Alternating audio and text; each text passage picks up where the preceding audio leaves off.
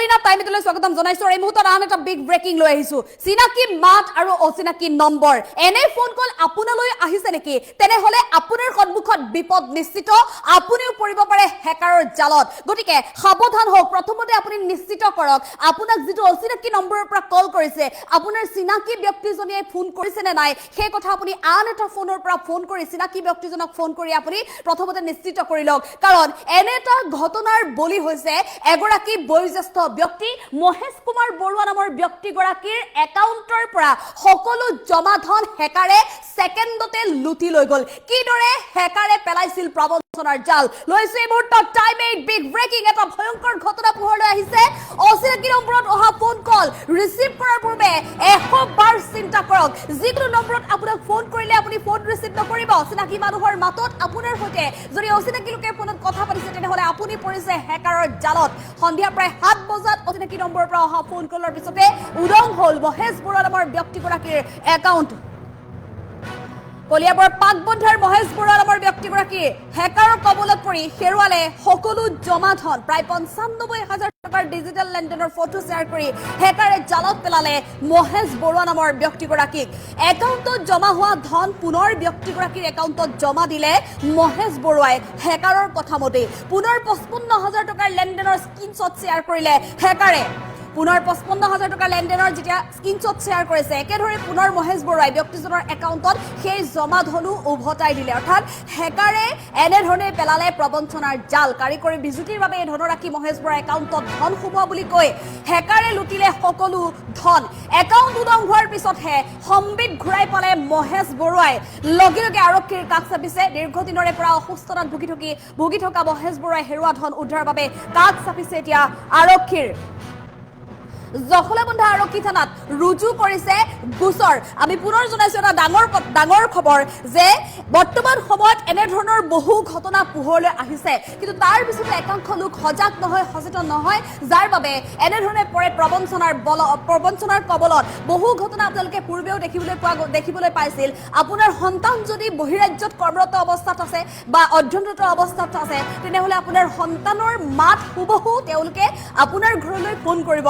সন্তানৰ মাতৰ সৈতে আপুনি হুবহু দেখিব কিন্তু আপোনাৰ ফোনলৈ ফোন আহিব এটা অচিনাকি নম্বৰত আৰু সেই অচিনাকি নম্বৰত আপোনাৰ ল'ৰা বা আপোনাৰ সন্তানে কথা পাতিব যে তেওঁ বিপদত পৰিছে গতিকে তেওঁ এটা ঘৰৰ পৰা এটা বিশেষ ধনৰাশি পঠিয়াব লাগে তেতিয়াহে তেওঁ বিপদৰ পৰা মুক্তি লাভ কৰিব এনে ধৰণৰ বহুত আচলতে ঘটনা পূৰ্বতে ঘটি আহিছিল কিন্তু এতিয়া হেকাৰে প্ৰবঞ্চনাৰ জালখন কিছু বেলেগকৈ পাতিছে পূৰ্বৰ দৰে নহয় এতিয়া এজন চিনাকি ব্যক্তিৰ মাতত ফোন কৰিব হয়তো আপোনাৰ মাহী পেহী হৈ আপোনাৰ লগত কথা পাতিব বা আপোনাৰ আত্মীয় হৈ আপোনাৰ বন্ধু হৈ আপোনাৰ সৈতে কথা পাতিব চিনাকি মানুহ হৈ প্ৰথমতে অচিনাকি নম্বৰত এটা কল আহিব আৰু তাৰ পিছত আপোনাৰ ভাল বেয়াৰ খবৰ খুদিব আৰু তাৰ পিছতে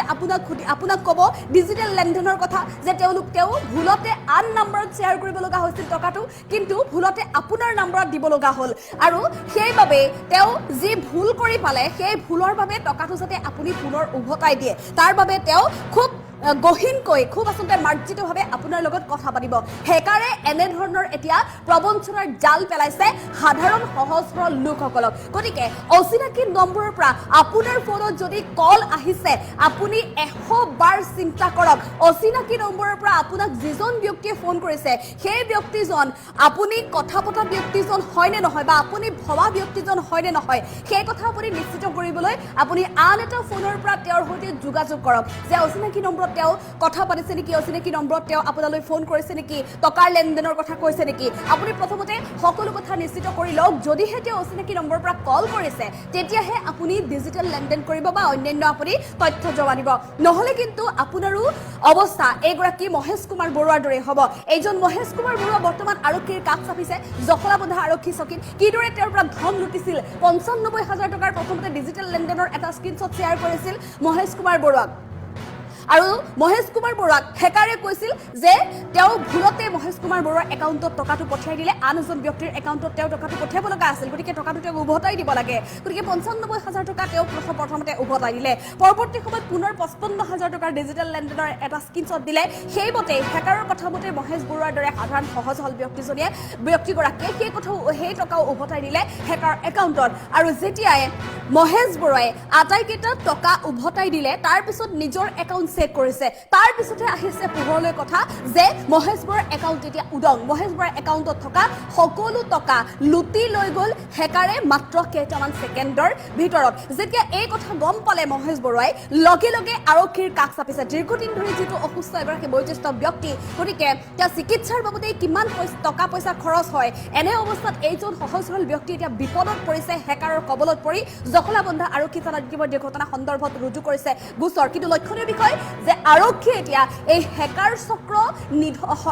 চক্ৰ উৎখাত কৰিবলৈ আৰু মহেশ বৰুৱাৰ হেৰুৱা ধন উভতাই দিবলৈ কিদৰে ব্যৱস্থা গ্ৰহণ কৰে আৰু এই সন্দৰ্ভত কিদৰে প্ৰবঞ্চনাৰ জালত পৰিছিল হেকাৰে প্ৰথমতে কিদৰে তেওঁলোকৰ কথা পাতিছিল এই সন্দৰ্ভত মহেশ কুমাৰ বৰুৱাৰ ভাষ্য আছে আমি আগবঢ়াবলৈ চেষ্টা কৰিম যোৱা কালি 28 তাৰিখে সন্ধ্যা ঠিক 7:10 মোলৈ এটা ফোন আহিল ফোনটো মোৰ চিনাকি মানুহ এজনৰ মাতটো দি মোক ক'লে যে মই অমুক সেইবুলি কোৱাত মই বোলো কোৱা কি হ'ল তেওঁতে কৈছে মই মোৰ পইচা এটা ট্ৰেন্সফাৰ কৰিব পৰা নাই আপোনাৰ একাউণ্টত ভৰাই দিছোঁ আপুনি মোলৈ পঠাই দিব পাৰিব আপুনি পঠাই দিবচোন সেইবুলি ক'লে ঠিক আছে হ'ব বোলো তুমি পঠাই দিয়া সেইবুলি ক'লত মোক 95,000 এটা পঠাই দিলে পঠাই দিয়াত মই আকৌ তালৈ পঠাই দিলোঁ তাৰপিছত কৈছে আৰু কেইটামান আছে সেইকেইটাও পঠাই দিয়ক সেইবুলি কৈ আকৌ 55,000 পঠালে পঠোৱাৰ পিছত মই সেইকেইটাও খুজিলে দি দিলোঁ দিয়াৰ পিছত মইতো পিছত চাইছোঁ মোৰ একাউণ্টত পইচাই নাইকিয়া কৰিলে আগতে মই একাউণ্ট নাচালোঁ কিন্তু মোৰ বৰ্তমান 1,60,000 মান নাইকিয়া কৰি দিলে আছিলে 1,67,000 মান আছিল বাকী 7,000 টকাটো আছে আৰক্ষীক বৰ্তমানলৈকে জনোৱা নাই এই জনাবৰ কাৰণে যোজা কৰিহে আছোঁ খালি একাউণ্টত পইচা আহিছিল মেছেজত এতিয়া মেছেজটো ক্ৰেডিট দেখুৱাইছে কিন্তু হয় নহয় সেইটো মই নাজানো মইতো একো নাজানো গাঁৱলীয়া মানুহ গতিকে মই মোবাইলৰ বিষয়েও ইমান নাজানো তথাপিও তেনেকৈ পইচাটো ট্ৰেন্সফাৰ কৰি দিলোঁ মই আৰু তেওঁৱেই কৰি গ'ল এনেকৈ মোক গুগল পে' কৰক এইটো কৰক সেয়াই মই কৰিলোঁ এনেই মই